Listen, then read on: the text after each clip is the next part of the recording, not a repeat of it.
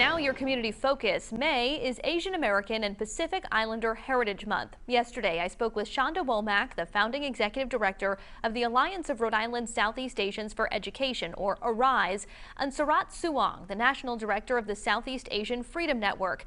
I began our conversation by asking them about the term AAPI and whether or not they view it as being too broad. Take a listen.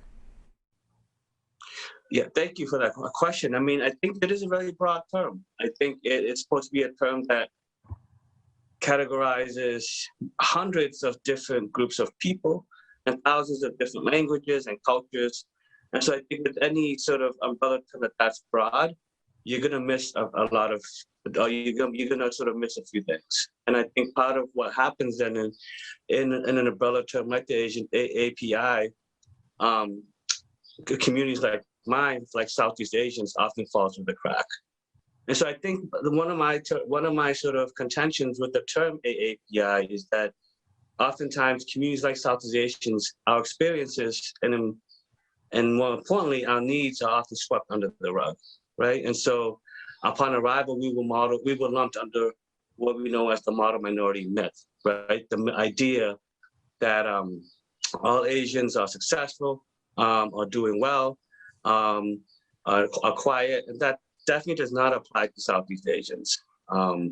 Because of the disinvestment and the over-policing of our communities and the neighborhoods we live in, Southeast Asians continue to experience many barriers that include high levels of poverty, school dropouts, chronic health issues, mental health, and criminalization from police. So the model minority also masks the detention and deportation crisis facing Southeast Asians for the past 20 years. Yeah, I personally have very mixed feelings. I think it's really important to really take a deep dive in how we've came to be AAPI, right? The evolution of the umbrella, right? I think like love to the organizers who were like, hey, we need to be seen as sort of like Asian Americans because there's power in numbers, right? And in the time where the term was coined, this category was coined, it was really around sort of unifying for, rights and civil rights. And then we look at sort of the evolution of the term, and unintended impact is the erasure and the invisibilizing of what is under this umbrella, 50 different ethnicities, 100 different languages, and then within those languages, there are dialects. So that gets definitely masked. And ARISE was founded very much to elevate and amplify the educational needs of Southeast Asians in Rhode Island. And just to provide more context, there are about 1.3 million folks from Southeast Asia who migrated to the United States. It's the largest refugee resettlement effort in the history of our country, which you won't learn in the history books, right? Like you won't learn that.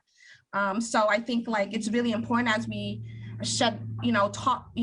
bring attention to AAPI Heritage Month, that this is not just a month for our communities. It's really sort of an ongoing celebration, but an ongoing struggle, an ongoing fight to be seen.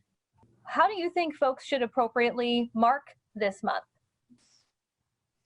I really think it's just a deep dive of the evolution of the terms AAPI and a deep dive into learning sort of what's happening in our specific communities, right? And what we're celebrating, what we're fighting for, standing in solidarity, listening to those who are most impacted by a specific issue.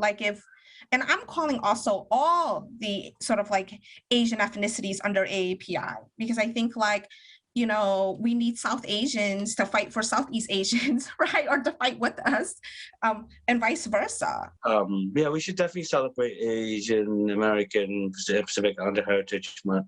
We celebrate in the form of loving Asian Americans in our families, in our communities, in our neighborhoods, also in our state, in Rhode Island. And we do that by supporting Southeast Asian businesses.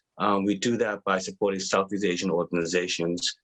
And ultimately, we do that, if we truly want to love and support Asian Americans in this moment, we do that by making sure that Southeast Asian families have that we stand to defend them from detention and deportation, have a chance to stay together and be together and continue to be thriving, beautiful Asian American families here in the state of Rhode Island.